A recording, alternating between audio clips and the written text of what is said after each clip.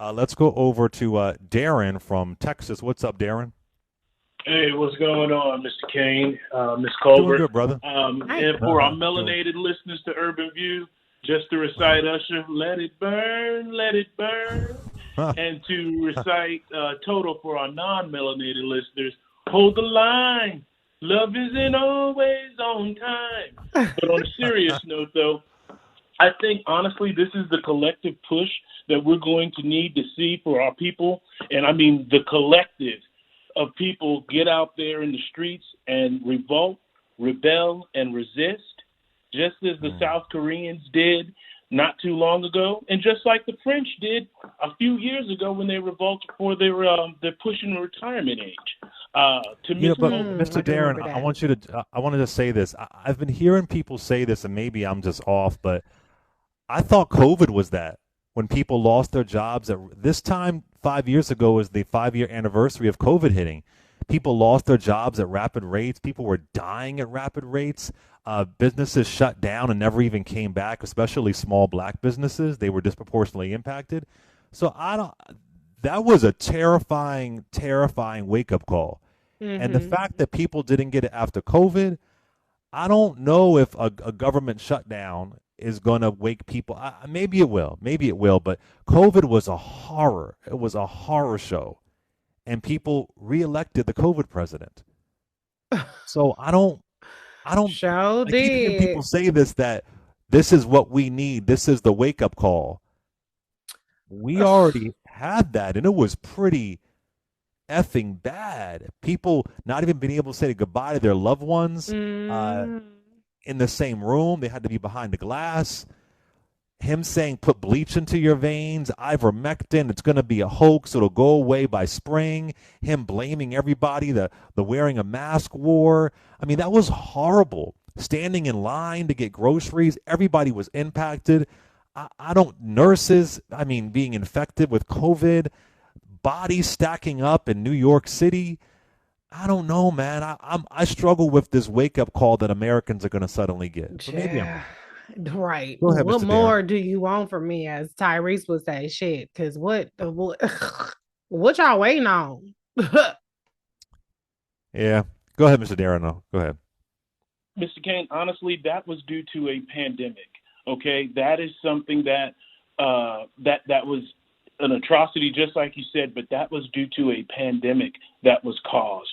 This is intentionally done by our government. So I think the pain is going to force the change that we need to see. Because that I hear what you're saying, but I don't necessarily think that's apples to apples. And to Miss Okay. Colbert, I really think that you were stating, hey, well, what's the end game? How are things going to change? Well, I honestly think they will revert back to the way they were. Honestly, I think the change we're going to see is going to be organic because the Republicans, you know as well as I do, are not that bright. So they're going to probably take these same programs, either reinstitute them at a reduced level of spending, but reinstitute them, repackage and rebrand them and say, here we go, because it is that white pain that I hate to say that, but this is just the sentiment that I have. It is that white pain that is going to force that change. Just as the Panthers were able to tote their weapons over in LA and we've seen the gun laws change rapidly, well, I think Under this Reagan. intentional pain is going to get the change we need. So let's revolt, I mean, rebel. I hear you, brother. I hear you, Mr. Darren. Go ahead, Reese. Go ahead. Go ahead. The pain that they're inflicting, the carnage is intentional, even against white people. I've said this. Maybe you haven't heard me say this, but this is a war on white people, and we're the collateral damage. Um, so I don't think that white pain is going to precipitate change from the government because that's part of the plan. I think that maybe white pain will precipitate, to your point, organic action from people who will revolt and realize that, hey, these detrimental policies are going to impact me. Because let's be very clear, Republicans voted for carnage and cruelty against every community, thinking that they would be exempt. So, what we're seeing is what they voted for, is what they supported. Now, what they didn't bank on is that they would also be victims of the cruelty that they ushered in. So I kind of agree with you to one degree that I do think that this will come to a head because people will revolt. I don't know that the shutdown is going to do that. I think that people being impacted in a way that The poor white folks have been impacted for for centuries since the that's sure, Bacon's that's Rebellion sure, in six. that's true. They've been getting it, and they don't wake. But I don't I think it's going to mean, be poor white people. I think it's going to be the middle class that's being hollowed out. middle class white folks. I mean, Okay, what they're doing is they are completely deconstructing industries. A lot of what they're doing around federal spending has built out the middle class, not just in terms of federal workers, but federal contract research dollars. If you're thinking about different industries, the aerospace industry, there are a lot of industries that are built on even the education industry that has built out the middle class and supplemented the middle class in this country. They are getting rid of those institutional, those federal investments in that.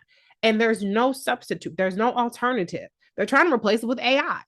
They want to get us back to where we're a fucking feudal society when we're all on the farms and shit. you know what? Stacey Davis Gates said yesterday on the Clay Kane show, Chicago president of the teachers union. She said they're not trying to go back to the 1950s. They're trying to go back to pre-Civil War. That's what I'm saying. Yes. They're Yes. trying to go back to pre the Homestead Act. Yes. They're trying to go back to pre land grant colleges. Mm-hmm. Like they're not. It's not even. So that's a good point. You said it's not even before Brown versus Board of Education. They want to go back even further, Yeah. where the majority of Americans were in poverty. Exactly. The majority before that New Deal. The majority. I already went over this.